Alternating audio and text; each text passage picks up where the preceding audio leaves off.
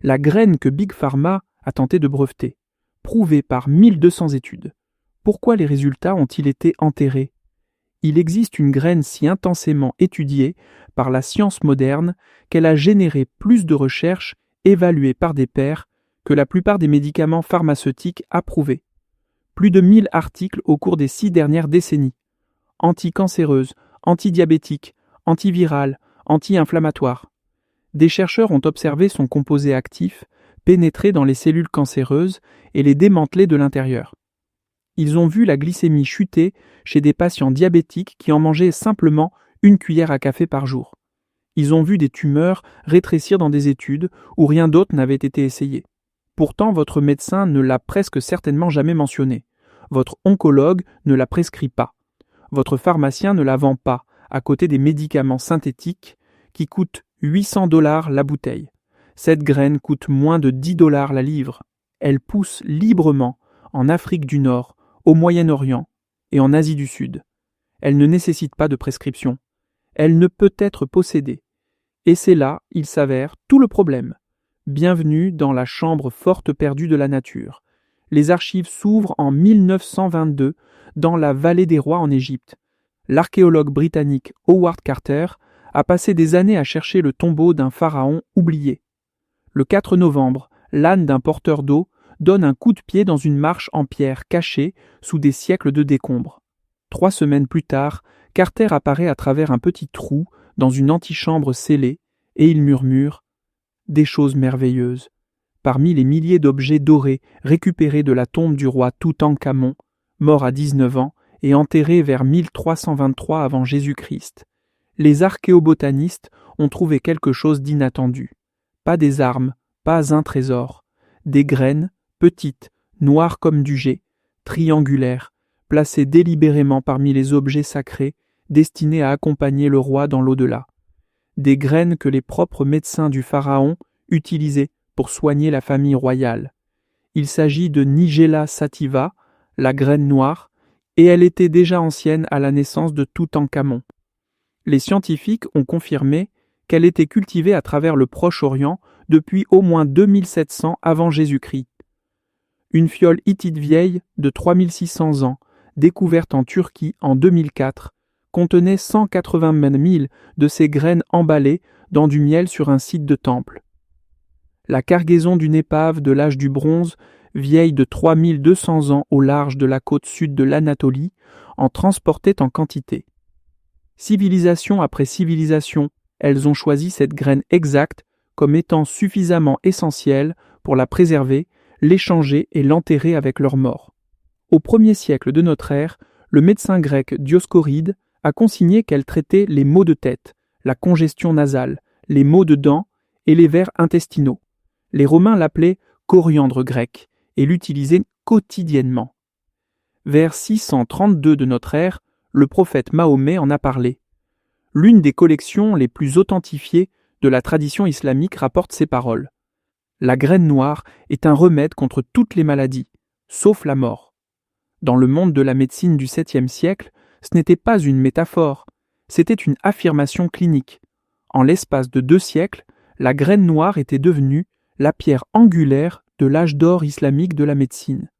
Les médecins la prescrivaient pour l'asthme, l'inflammation, les troubles digestifs et les maladies respiratoires. En 980 de notre ère, un garçon nommé Ibn Sina est né près de Boukhara, dans ce qui est aujourd'hui l'Ouzbékistan. Il a commencé à étudier la médecine à 13 ans. À 18 ans, il était déjà un médecin praticien. Au moment de sa mort à 57 ans, il avait écrit le Canon de la médecine, une encyclopédie en 5 volumes si complète et précise que les universités européennes l'ont utilisée comme leur principal manuel médical jusqu'au XVIIe siècle. Le canon a été imprimé plus de 35 fois à travers l'Europe au XVe et XVIe siècle seulement. Ibn Sina a catalogué les utilisations des graines noires avec des détails cliniques explicites. Il comprenait le dosage, la préparation et les contre-indications. Il a décrit 7 conditions que toute expérience doit remplir pour tester précisément l'effet d'un médicament. Des principes que les scientifiques modernes redécouvriraient indépendamment des siècles plus tard et nommeraient conception d'essais cliniques. La médecine occidentale ne lui a pas attribué le mérite de ces principes. Elle les a simplement adoptés. Et à mesure que les empires européens s'élevaient et que le monde islamique succombait à la colonisation et à la conquête, 1 millier d'années d'observations cliniques accumulées a été discrètement mise de côté. Au XVIIIe siècle, les médecins occidentaux avaient complètement cessé de citer l'érudition arabe. Le canon fut mis de côté. La graine noire le suivit. Ce que la guerre et la colonisation avaient commencé, le système moderne de brevets pharmaceutiques l'a ensuite achevé. En 2009, Nestlé, la plus grande entreprise alimentaire et de boissons au monde, a déposé des demandes de brevets internationaux dans des pays du monde entier. Leur cible était la thymoquinone, le principal composé actif trouvé dans la graine noire. Les scientifiques de Nestlé avaient isolé la manière dont la thymoquinone interagit avec les récepteurs opioïdes du corps pour réduire les réactions allergiques, et ils ont déposé une demande de brevet appelée brevet de composition de matière, l'outil juridique le plus puissant qui existe. Si elle avait été accordée, elle aurait permis à une entreprise suisse de poursuivre toute personne ou entreprise utilisant cette formulation naturelle, à quelque fin que ce soit, sans leur permission. Ils ont tenté de privatiser une graine utilisée par 57 générations de guérisseurs. C'était un composé sur lequel des chercheurs égyptiens avaient publié en 2000, que des scientifiques iraniens avaient étudié en 2004 et que des médecins pakistanais documentaient depuis des années. Le Third World Network a publié une réfutation détaillée en 2012. L'affirmation de nouveauté de Nestlé, écrivait Deal, s'évanouit rapidement. La littérature scientifique sur l'action de la thymoquinone sur les récepteurs opioïdes était antérieure à leur demande. Une pétition, organisée par le groupe de défense Some of Us, a recueilli plus de 300 000 signatures exigeant que l'entreprise cesse d'essayer de breveter un remède naturel. Le brevet a été refusé. Nestlé s'est retiré. Mais la tentative a révélé le mécanisme exact qui a maintenu la nigelle dans l'ombre de la médecine occidentale pendant des décennies. Une entreprise pharmaceutique dépense en moyenne 1,3 milliard de dollars pour commercialiser un nouveau médicament. Aucune entreprise ne dépensera jamais cet argent pour un composé naturel qu'elle ne peut légalement posséder. La nigelle ne peut pas être monopolisée. Elle est donc étudiée de manière obsessionnelle dans des laboratoires de l'Égypte à la Californie, en passant par le Japon, validée, essai après essai, et absente de toutes les directives cliniques suivies par votre médecin. Voici ce que ces études ont réellement trouvé. La thymoquinone, le composé constituant 30 à 48% de l'huile essentielle de nigelle, a été testé contre les cellules de cancer du sein, de cancer du poumon, de cancer du côlon, de cancer de la prostate et de leucémie. Dans chaque cas, les chercheurs ont documenté l'apoptose, l'autodestruction programmée des cellules malignes. Le composé active la protéine P53, suppresseur de tumeurs, et inhibe les voies moléculaires que le cancer utilise pour croître, se propager et résister au traitement. Une revue de l'UCLA de 2023 a confirmé l'activité antitumorale dans le carcinome épidermoïde. La thymoquinone se liant aux cibles cancéreuses, y compris MMP2, AKT, PTEN et VEG42, à des niveaux d'énergie plus forts que les composés de chimiothérapie existants. Ce ne sont pas des découvertes marginales, elles sont examinées par des pairs, publiées dans des revues d'oncologie indexées et citées par des chercheurs en cancérologie du monde entier. Les données sur le diabète sont tout aussi documentées. Des essais cliniques impliquant des diabétiques de type 2 ayant reçu 2 grammes de nigelle par jour ont montré des réductions significatives de la glycémie à jeun, de l'HbA1c, du cholestérol total et du LDL. Aucun effet indésirable n'a été enregistré dans aucun de ces essais. Le mécanisme est l'inhibition par la thymoquinone de l'enzyme hépatique HMGCoA réductase. La même enzyme ciblée par les statines sur ordonnance qui génère des milliards de ventes annuelles, mais obtenue par une graine qui coûte des centimes. Le tableau immunitaire est encore plus large. La nigelle inhibe la COX2, la même voie enzymatique inflammatoire, ciblée par l'ibuprofène et les anti-inflammatoires sur ordonnance qui génèrent 15 milliards de dollars par an en vente pour les entreprises.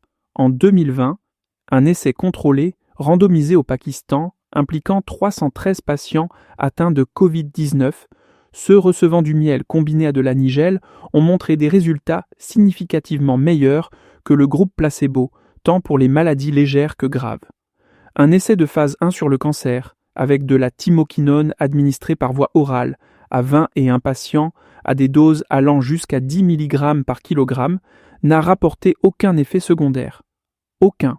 La FDA a classé la nigelle comme généralement reconnue comme sûre pour une utilisation comme épice.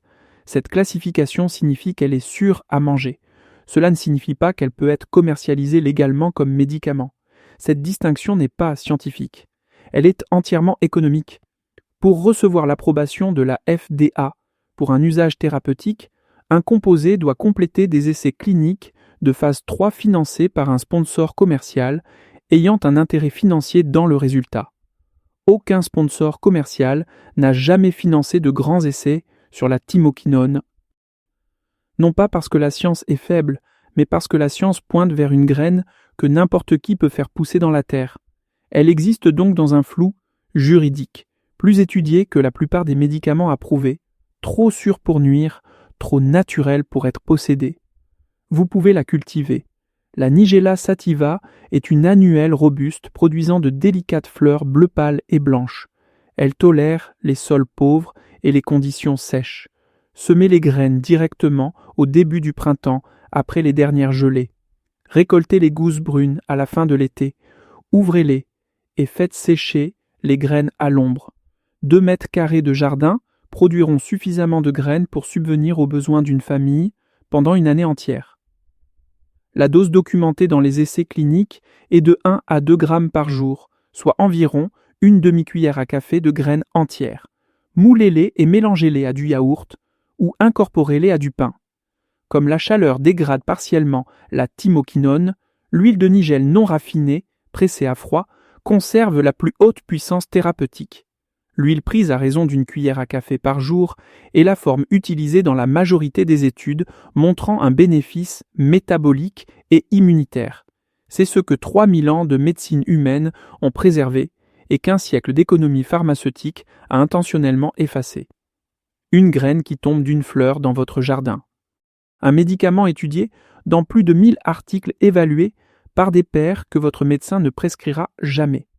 Non pas parce qu'il ne fonctionne pas, mais parce que personne ne peut tirer profit de ce qui pousse librement sur terre. Le roi Toutankhamon le savait, Ibn Sinar le savait, des millions de personnes à travers le monde antique le savaient. La graine n'a pas changé. Le système, lui, a changé. Si ce coffre vous a révélé quelque chose, abonnez-vous à Nature's Lost Vault et activez la cloche. Chaque like et chaque partage préservent ce qu'ils ont essayé d'effacer. Le prochain coffre s'ouvre bientôt.